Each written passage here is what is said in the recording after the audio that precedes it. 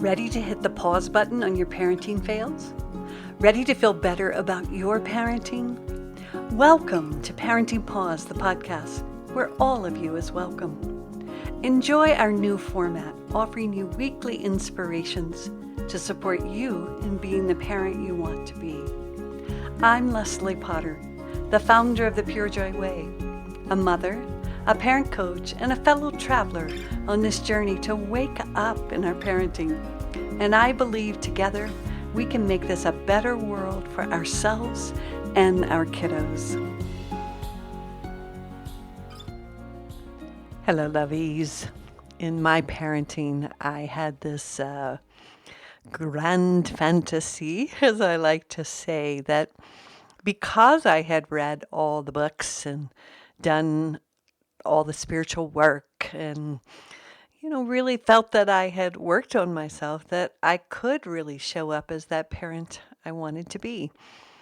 And that wasn't the case. It was really, really challenging when the rubber hit the road with my daughter, when she began to behave in ways that I thought she never would. It's so funny how, looking back, I just had this idea in my mind: if I did everything right, if I followed all the advice, then everything was going to be great. And I remember the first time that I think she took my keys and hid them or something. I was so shocked. I mean, I literally stood there like, well, what do I do now? I mean, it was really crazy making for me. And what I began to notice is that when I felt that shock, and this might happen for you too, we call it, I felt triggered, but when I lost, how to do what I thought I could do, or she wouldn't do what I wanted her to do, my parenting view, it was like I put on a pair of glasses, and those glasses had the view from my past, from the traditional model of like, well, when a child doesn't do what you ask them to do, you consequence them, or you punish them, or you control them. It was like I didn't have my consciousness. I didn't have the new view available to me, right? So in that moment, everything became about me. And I want you to sit with that in yourself, because this may happen. If you hear yourself saying, I feel disrespected, I feel hurt, I feel, when your child behaves in a certain way, then it may turn into being all about you.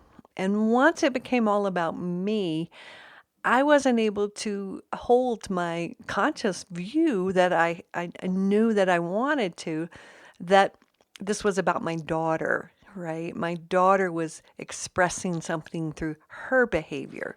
But once I took it in personally, that it was about me, all bets were off. And that's what we talk about when we say don't take it personally. So when your child acts out, if you get emotionally triggered and you start to feel feelings and you think they're doing something to you, they become an emotional threat to you, then everything, all of your interventions are going to be about you, right? So in the Purejoy view, we look at that everything, when our child acts out, that's about our child. And when my child acts out, I began to recognize through this view that she was communicating something to me. And it was usually that she was communicating that I was an emotional threat, or that she felt somehow stressed by how I was coming to her. Now, this is really hard to take in. So take a moment as you listen, because it's really challenging to take personal responsibility, especially if you are emotionally triggered.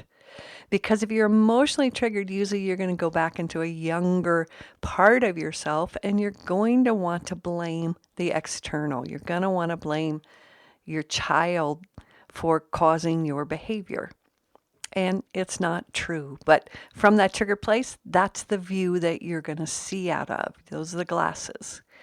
So I created my Safe Seat, which hopefully you've been able to download a copy. If not, you can go on the homepage and download the 5-day free Safe Seat. But in that, what we begin to do is when we recognize our child acts out, it all becomes about us. Our work is to attend to what is going on inside of us. It's not to ask our child to change their behavior so that nothing happens in us, right? It's kind of crazy that we do that, but we do. We get triggered, we believe, we blame, we think our child's behavior is causing our discomfort, causing what's going on inside, causing us to feel certain things, and therefore we try to control them so we don't have to work with that internal experience. So I'm going to support you this week to begin to look at that, like just to begin to notice when my child acts out. Does it become all about me, or am I able to work with what comes up in me, then to healthily separate so that I can actually show up for my child and their stress and take personal responsibility that I may be triggering their stress. All right, lovies, thanks for listening. Thank you for listening to this episode of Parenting Pause. Make sure to check out the free foundational course to learn the Safe Seat process at purejoyparenting.com.